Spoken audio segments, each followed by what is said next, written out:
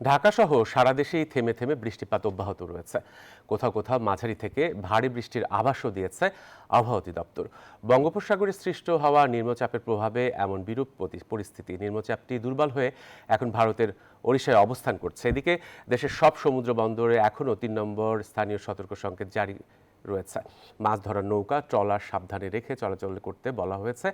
আবহাওয়া অফিস বলছে, আগামী শুক্রবারের পর সারা দেশে বৃষ্টিপাত কমে আসতে পারে।